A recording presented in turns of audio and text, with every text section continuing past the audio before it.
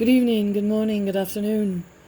Coming live from Fire Per Heart, children of God, and that's you, and that's you, and that's me, and that's me. All a be, and if you didn't find Jesus yet, maybe you will today. So what we're going to do is look up today, because we don't want to see what's going on with me today. It's almost about 10:30 a.m. on Saturday, August 17th. And I'm hoping to do a recap, just taking some brief breaks. What was I just on here a day or two ago? This is where I do like some recaps, and I encourage you to seek out a few places for encouragement.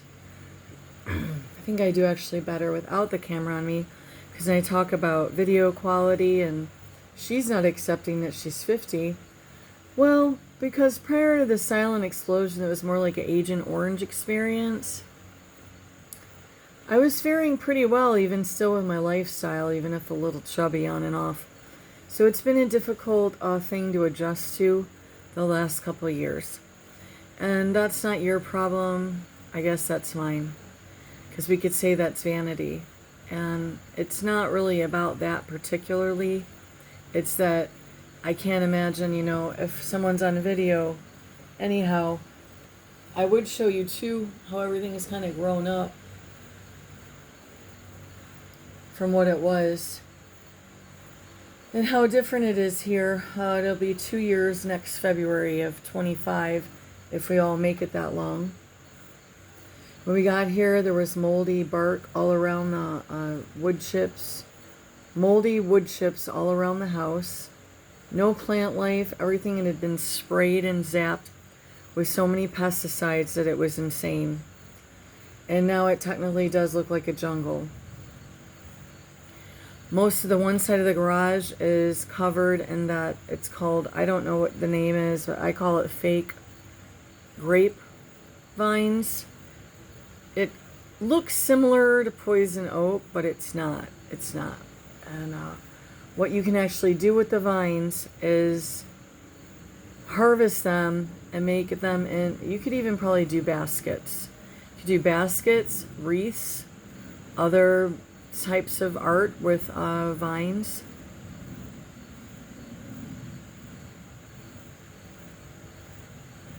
My goal here today is with Jesus.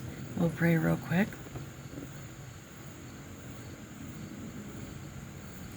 It's 2 minutes in or so. Is they think I'm gonna be shied off from this. Oh Lord, well, I mean, it's not easy, but no radon. If anyone's worried about radon out there, I'm sure you're not. I mean, we went, as far as I know, that has to be, even if the house hasn't passed inspection, hope to God there's something on there about radon. There's no radon. We've spent more than a week now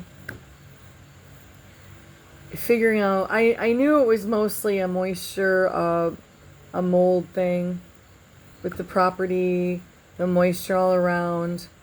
There's some lower areas, and even including the swamp pool that we have going on.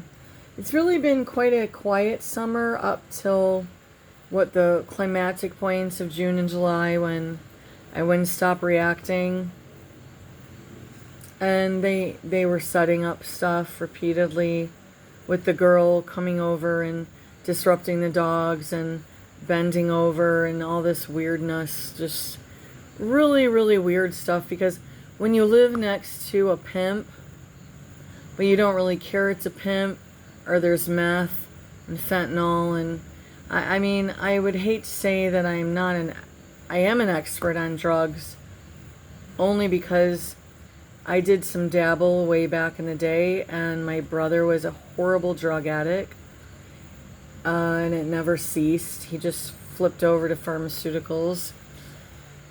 And I've seen my share of stuff, and so I know when I see someone that looks healthy-ish, and then within a year they look like a skeleton, and they look like they're from The Walking Dead. And so I know what's going on around here. And the thing is that I don't want to say we didn't care, but we really did not care. We wanted to focus on the projects here, but the paranoia of the devil's children permeated. So that would be the pimps. I'm not going to call the victims of the pimp the devils. Unfortunately, though, they do behave as the devil's side woman or man. Sidekick. So as far as we know, after a couple weeks or more of testing and retesting, praise the Lord, there's no radon issues. Now, I'm going back to this other study. I'm not going to be able to give you where I found this study because it doesn't look like I wrote it down. Someone did this study. You can look it up yourself. I always encourage you to do this. This is something old. This is one of my older videos. I would have been pretty intense. 70 million babies aborted since 1973. Now, I'm going to put a clause in.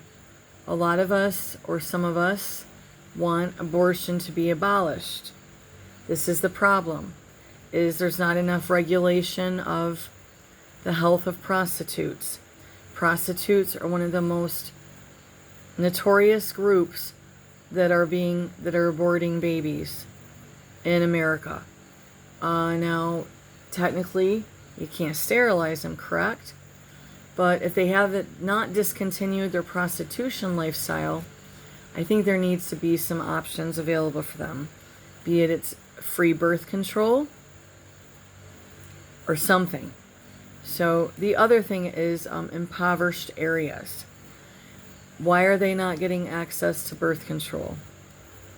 We're not going to be able to get everyone to keep their britches zipped up. We are so far gone from that equation. I would love to see abortions completely abolished, but the thing is that the Lord's kind of taking care of that because He allowed all the technology and the vaccines and the 5Gs and the towers and the radiation that most people are dealing with infertility issues. Let's bring in poisons in the foods, poisons in the farms of the foods, pesticides, you name it, chemicals, preservatives, heavy metals, aluminums is more than capable of decimating any ability for many, many people. I'm not saying all, but more than there was 30 years ago that can't make babies.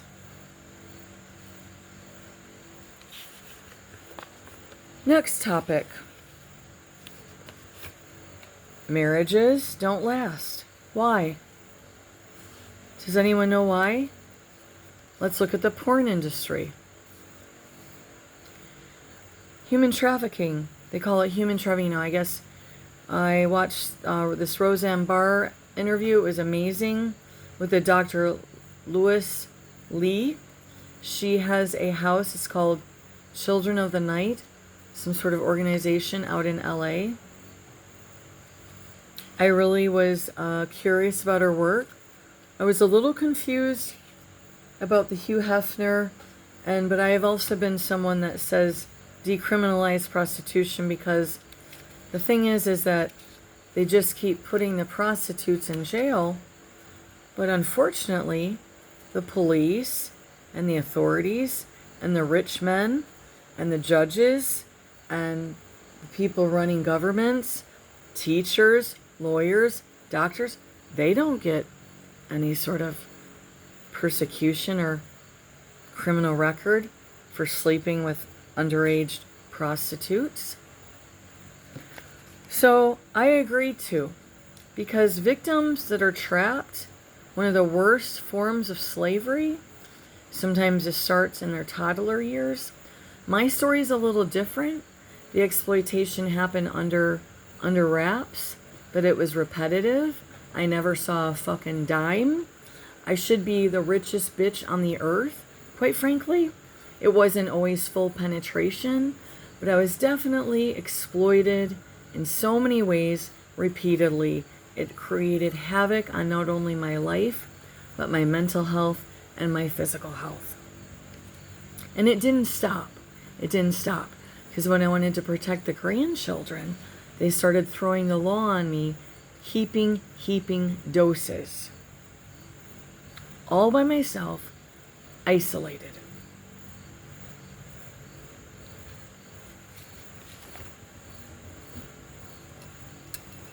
We did some deliveries. Some of it went good. Some of it didn't go so good. Deliveries, I mean, this is just us doing food deliveries. We're not transporting little girls or prostitutes or fentanyl,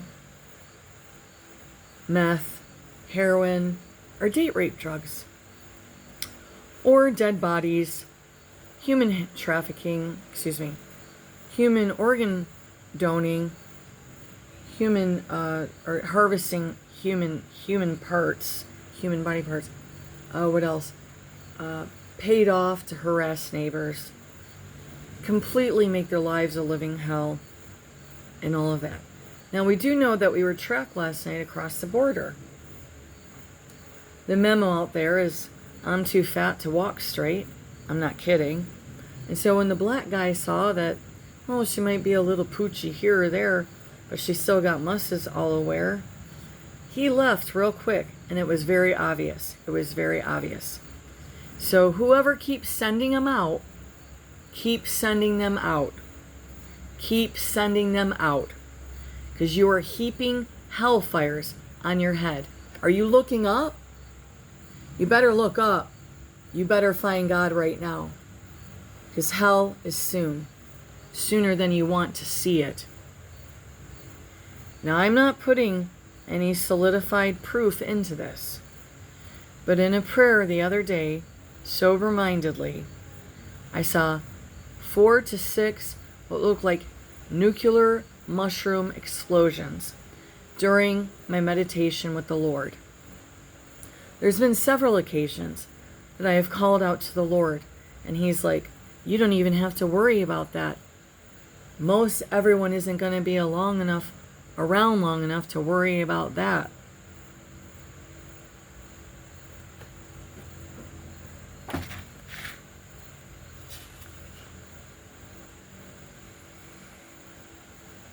I'm going to do a quick excerpt from, like I said, the 1960s, kind of like a hymn book, song book. This is a different one, for sure.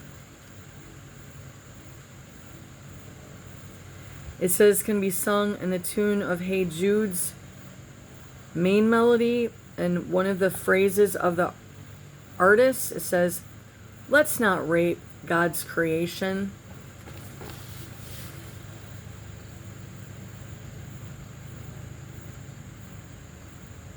I don't know how you do it in a Hey Jude's melody, though. Because Hey Jude is up above here. Hey Jude, don't make it bad. Take a sad song and make it better.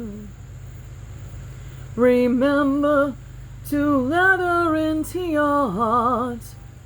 Then you can start to make it better. Alright, so this is my Father's world, and to my listening ears all nature sings and round me rings the music of the spheres. I messed up. This is my Father's world. I rest in Him in thought of rocks and trees, of skies and seas. His hand the wonders wrought. This is my Father's world. Oh, let me ne'er forget that though the wrong seems often so strong, God is the ruler yet. This is my Father's world. The battle is not done. Jesus, who died, shall be satisfied, and earth and heaven will be won. Sorry, that was a little off. A little skip a beat of melody. Because it's improv. All we. What else do we have here today? A little bit of Bible. Maybe a phrase. Where are we at right now? Where are we at? 15 minutes. Great.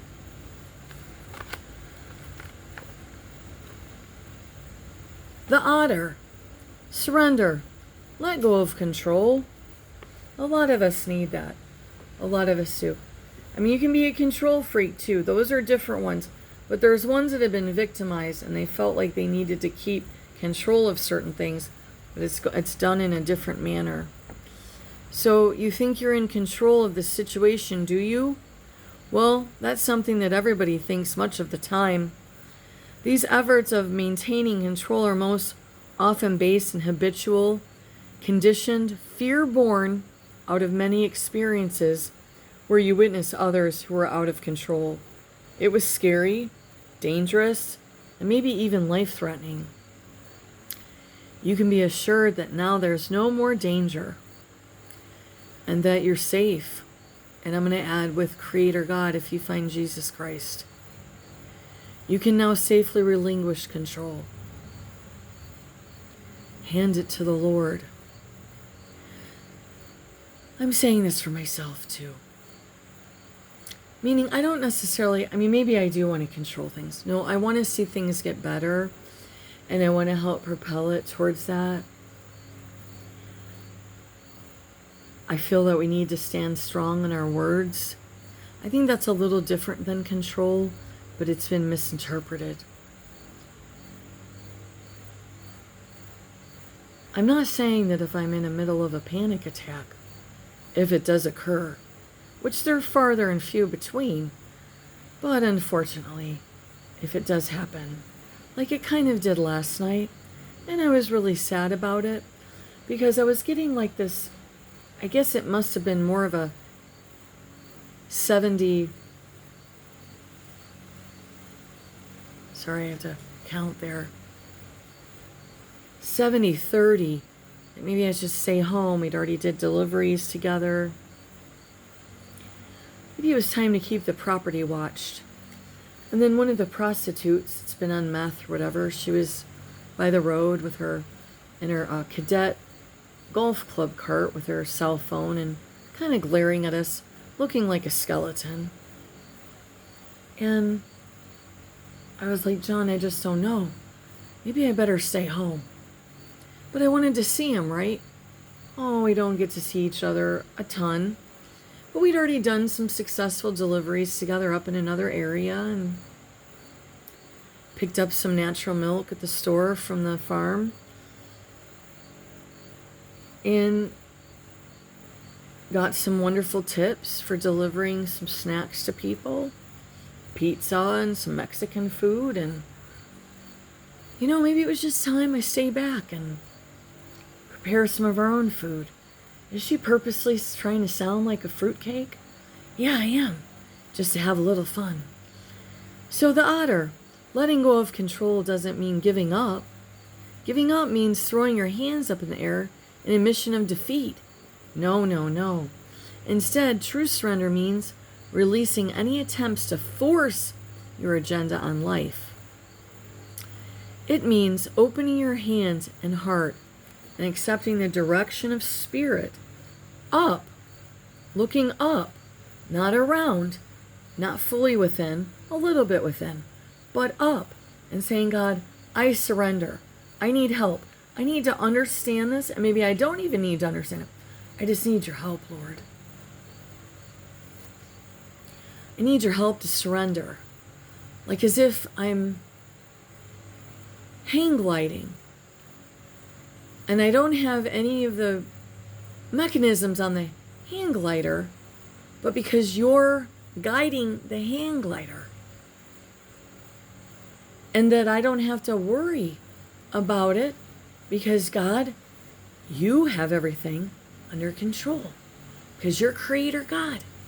You're Jesus Christ.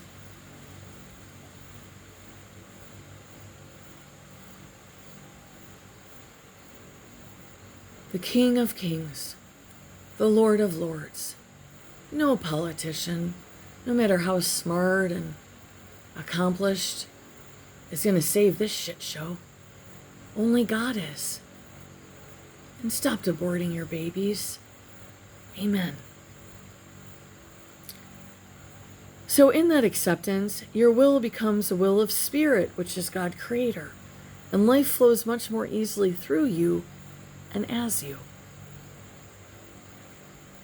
Associated situations, merging, family, and playfulness. Now he has sensuality listed here, but I'm like, is that really appropriate? But what it is if you do have a partner, you have issues with becoming vulnerable or, well, sensual, it's based in control.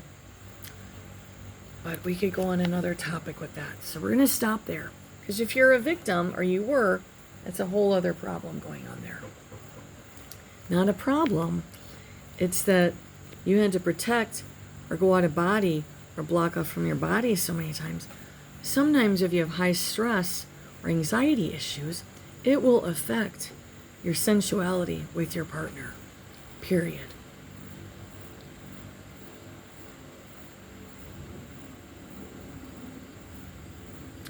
On the topic of money, the trouble with the profit system has always been that it was highly unprofitable to most people. E.B. White, she's a writer, or he is. Be gentle to all and stern with yourself. This is if you run a little bit too judgmental. Teresa of Avila, mystic and nun.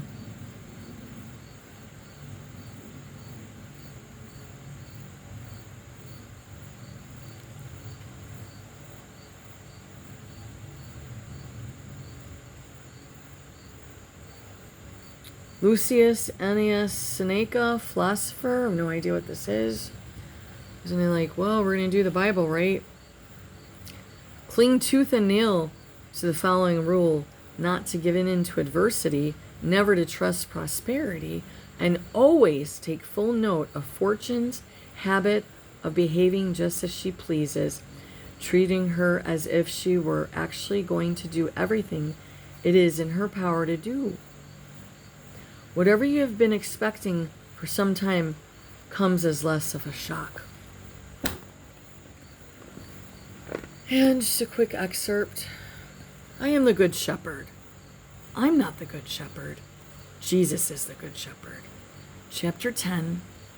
Verily, verily, I say unto you, he that entereth not by the door into the sheepfold, but climbeth in up some other way, the same is a thief and a robber.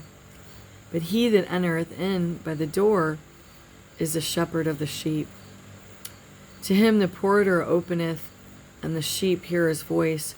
He calleth his own sheep by name, and leadeth them out. And when he puts forth his own sheep, he goes before them, and the sheep follow him, for they know his voice. So when people tell you, you're a loon, you can't hear from Jesus, it's one of the top 3 gifts of receiving Jesus Christ as your Savior. The top 3 gifts. It may not be auditory. It might come in other forms. It might come for just opening up your word or through meditation. We must be careful because many people are being harassed with the technology advancements, and many were put under medical experimentation, maybe prior to the womb, in the womb, and out of the womb, and I am one of them.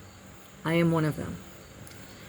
And you can ask Jesus about it when I'm dead, and maybe when you've passed on, and he will confirm.